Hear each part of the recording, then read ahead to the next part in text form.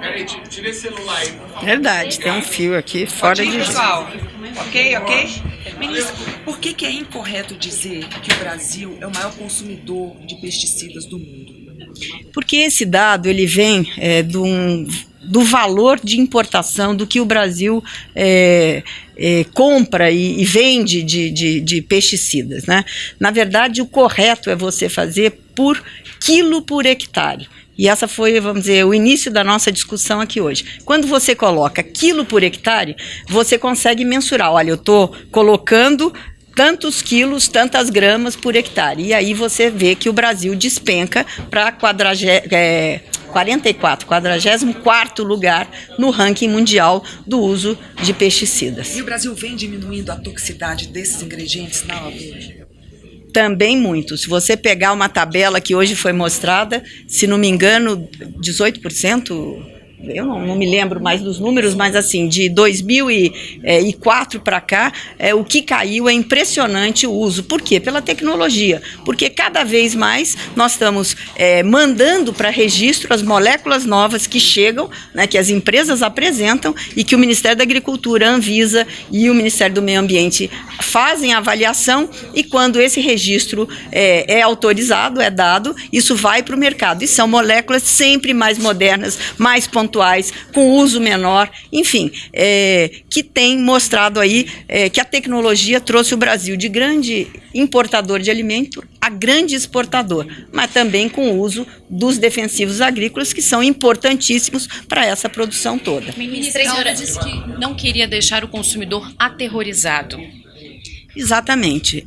Na verdade, assim, tem saído várias matérias e talvez por essa falta de uniformidade das informações, um pega pela quantidade de dólares da importação, o outro usa, enfim, outros dados.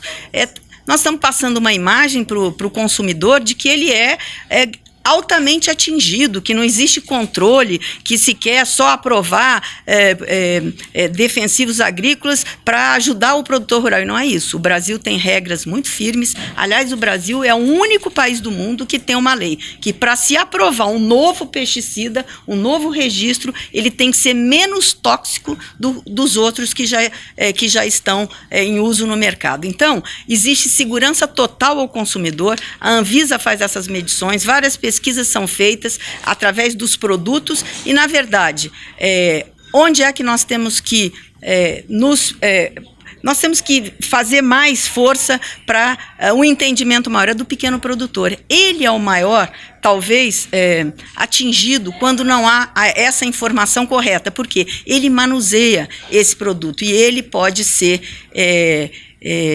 enfim, ele pode ter problemas, e ele pode ter problemas na saúde pela má utilização, por não usar as roupas adequadas, os equipamentos adequados. E é isso que nós vamos fazer, já estamos, aliás, fazendo com todas as instituições, pedindo que essas informações cheguem através da assistência técnica a esses produtores, para que eles tomem cuidado com a saúde própria e não com os alimentos que estão à mesa dos nossos consumidores no Brasil e no mundo.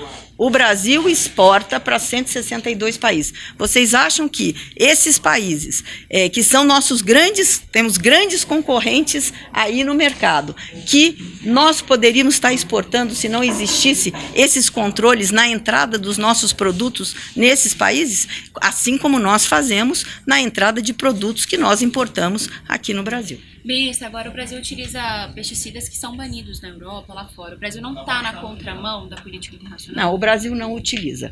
Isso aí hoje foi extensivamente discutido, exaustivamente discutido hoje aqui, mostrando que não é bem assim. Tem pesticidas que são usados lá e não aqui, porque não há uso lá mais para esses pesticidas. Nós temos culturas diferentes, clima diferentes, e o Brasil não usa nada que não possa ser usado. Produtos em reavaliação são também feitos aqui, e o Brasil retira do mercado quando tem novos produtos bons para aquela cultura e que são menos tóxicos. Foi isso que eu falei, nós só podemos aprovar produtos que são menos tóxicos. Então, alguns saem de utilização porque já tem coisas mais modernas. E isso acontece lá fora também. Nós não podemos comparar a nossa agricultura tropical com a agricultura temperada dos países da Europa, dos Estados Unidos, que usam, às vezes, outros produtos que nós aqui nem temos a possibilidade desses registros, porque não há interesse, porque não serão usados aqui. Ministra, Então, qual a diferença dessas culturas, dessa produção tropical para os outros países? olha, trigo é uma coisa que se produz muito pouco no Brasil e é a maior cultura da Europa. Então, tem produtos, tem 20 e tantos produtos, 50 e tantos produtos lá na Europa para trigo, que aqui no Brasil temos 8, 7. Por quê? Porque a cultura do trigo aqui é muito pequena ainda, tomara que ela cresça, mas hoje é muito pequena essa cultura. Então, tem várias situações. Agora, a nossa agricultura tropical, ela é mais intensiva mesmo. Até porque o Brasil é o único país do mundo que consegue produzir 2 a 3 safras durante o mesmo ano. Hoje no Brasil nós produzimos soja no verão e no outono e inverno nós produzimos milho, aveia, enfim, outras culturas. Então, por isso, até que o Brasil deveria usar mais do que outros países. E assim mesmo o Brasil utiliza menos pesticidas do que outros países do mundo, e vocês viram hoje nos dados que nós passamos, que não são dados do Brasil, são dados da FAO, são dados da ONU, são dados que são coletados internacionalmente e que nós hoje tivemos a oportunidade de poder esclarecer. Está aqui o doutor Renato Porto, que eu tenho certeza que vocês querem conversar com ele. Vem cá, Renato. Só terminar essa pergunta, é porque eu queria que a senhora mencionasse a incidência de pragas, que é uma incidência diferente nos países tropicais, é isso? Com certeza, por causa do nosso clima, nós temos calor, luz, né, e muita fotossíntese, por esses 2 fatores. E isso faz com que as pragas no Brasil, primeiro, elas continuam sendo... você tira e elas vêm novamente de maneira muito rápida pelo nosso clima. Lá na Europa, nos países temperados, nos Estados Unidos, o que acontece? O frio inibe a propagação dessas pragas porque você tem um tempo de repouso em que elas não fazem a sua reprodução. Então, por isso o Brasil, a nossa agricultura sempre será diferente deles, porque nós não temos o frio para fazer esse stop aí na reprodução dessas pragas. E, ministra, por que o governo não reconhece esse estudo do Instituto Butantan? Bom, eu não vou dizer, eu tive conhecimento hoje e vocês viram que esse estudo foi um estudo, eu não sei, eu não conheço ele todo e seria de muito má...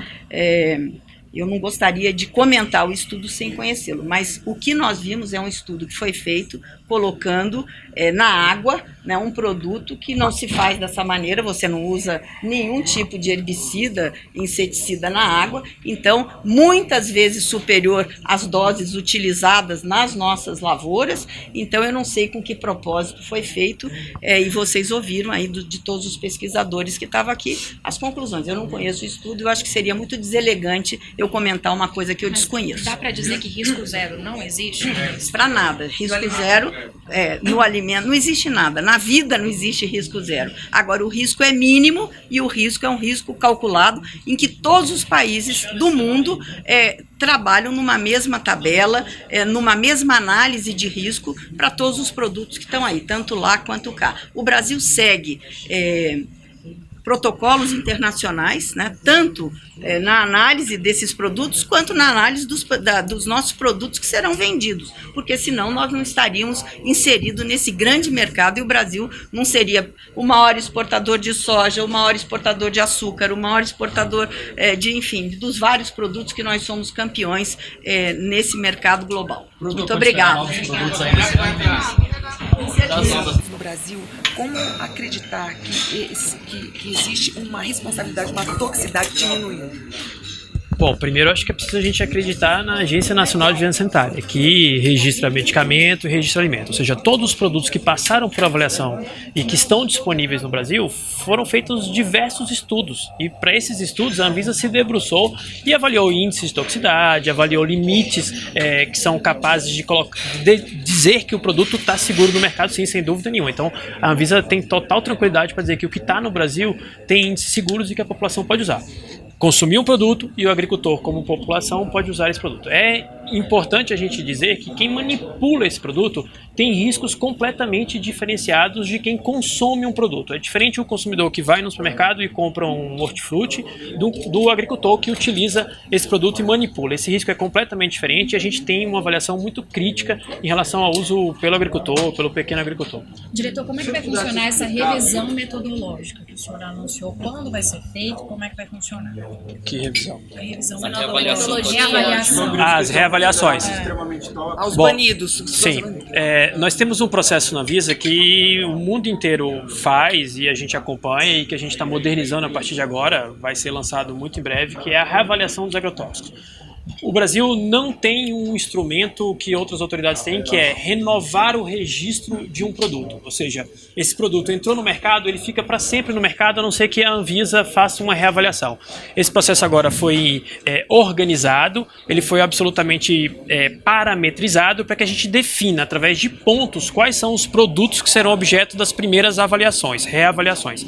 E é esse, sim, um dos instrumentos que a Anvisa tem de maior força para tirar produtos de alta toxicidade do mercado, diminuindo, por fim, um padrão de toxicidade do Brasil. Ou seja, não é possível que aumente o registro desse produto, que a gente creia que as indústrias, quando inovam, elas inovam para colocar produtos menos tóxicos e, ao mesmo tempo, eu continue mantendo produtos que têm uma toxicidade muito alta. Então, o que esse processo vem a fazer ele vem se juntar à velocidade de registro para dizer, eu dou velocidade, coloco produtos novos, coloco produtos com menos toxicidade e tiro os produtos com maior toxicidade. Isso, ao longo do tempo, como eu disse, a gente espera que o padrão toxicológico do Brasil seja reduzido. Quando começar essa reavaliação? Essa reavaliação já é feita, o Brasil já vem fazendo, isso é uma regra de 89. O que a gente vai fazer agora é que é a primeira vez que a Anvisa criou uma sistemática própria de definição pela saúde, quais são os produtos que serão objetos de análise. A gente fez uma revisão de já 16 produtos de, acho que 2008 até hoje, 2006 até hoje. Desses 16 produtos, 12 foram banidos do Brasil, e o que a gente quer fazer a partir de agora é a Anvisa utilizando a sua técnica para dizer qual o produto que é mais tóxico, qual o produto que a população está mais vulnerável, seja o agricultor, seja o consumidor. E esse é o primeiro produto que a Anvisa vai enfrentar um processo de reavaliação. Isso é muito importante porque esses dois braços, o braço de inovação, o braço de trazer uma tecnologia melhor para o setor e o braço de reavaliar o que está muito antigo, é o que levou, na nossa opinião, todo mundo a diminuir um padrão de toxicidade. Então, a gente se alinha com a Europa, essa metodologia é utilizada lá e a gente vai fazer esse processo ser mais eficiente. Nos 700 produtos que foram, que eram extremamente tóxicos, passou para 43. A gente não deixou mais brando? O senhor explicou isso na coletiva, eu gostaria que o senhor explicasse de novo. Por que a gente deixa de ter 700 extremamente tóxicos e passa a ter 43? Qual é o risco que se tem ou não tem risco?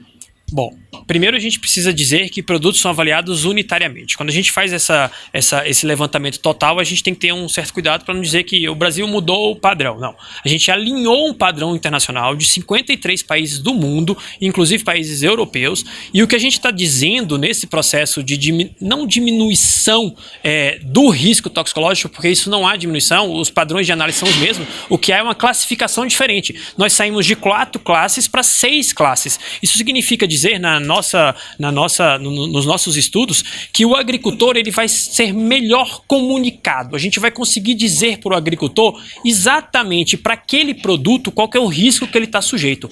Então, vou fazer a mesma analogia que fiz lá quando a gente estava conversando. Se todos os produtos estão como extremamente tóxico, qual que é o grau de interesse que um agricultor tem de escolher um produto? Nenhum. Quando eu digo que ele tem opções que são opções menos tóxicas, não é crível, a gente não acredita nisso, que o nosso agricultor que tem qualidade para fazer essa análise não vá optar por um produto menos tóxico.